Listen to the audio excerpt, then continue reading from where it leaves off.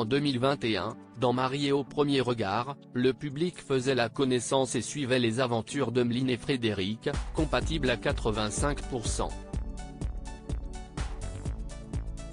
Après des débuts prometteurs, les jeunes mariés décidaient malheureusement de mettre un terme à leur union, du moins surtout Emeline qui ne voyait aucun avenir avec son époux, au grand regret de ce dernier.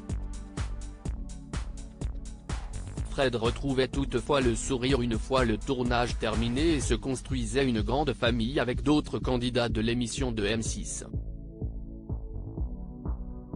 Il craquait même pour sa camarade Sarah, participante en 2020 et dont l'expérience s'était pour elle aussi soldée par un échec. Mais au bout d'un moment, les deux complices ont cessé de se voir. Parce que Fred préfère papillonner. Pas moi, révélait Sarah. Frédéric ne s'était de son côté pas épanché sur le sujet, hormis pour confirmer qu'il avait déjà embrassé la jeune femme. Il se faisait tout autant discret lorsqu'il s'agissait d'évoquer sa vie privée.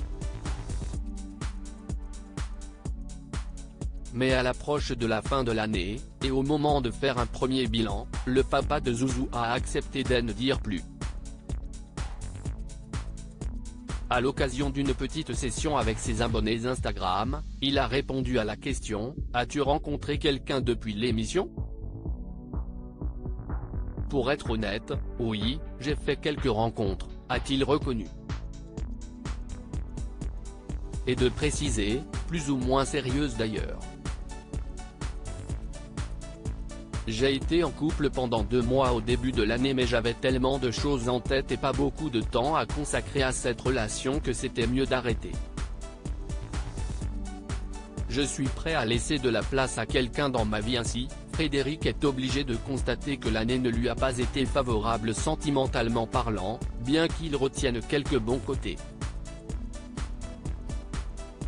Cette année 2022 n'aura pas laissé de place à quelqu'un dans ma vie mais elle m'aura permis de profiter, voyager, partir sur un coup de tête et surtout de lancer sur de bons rails mes équipes immobilières. Loin d'avoir perdu espoir, Frédéric a déjà de bonnes résolutions pour l'année à venir. Pour 2023, je suis prêt à laisser de la place à quelqu'un dans ma vie. Pas par obligation mais parce que j'en ai envie, j'en ressens le besoin. Si est une année où je vais aussi me stabiliser au niveau de ma maison. Ça facilitera les choses car aujourd'hui, je suis toujours à droite à gauche. Bref, pour résumer, j'espère me mettre en couple en 2023. Si est bien tout le mal qu'on lui souhaite.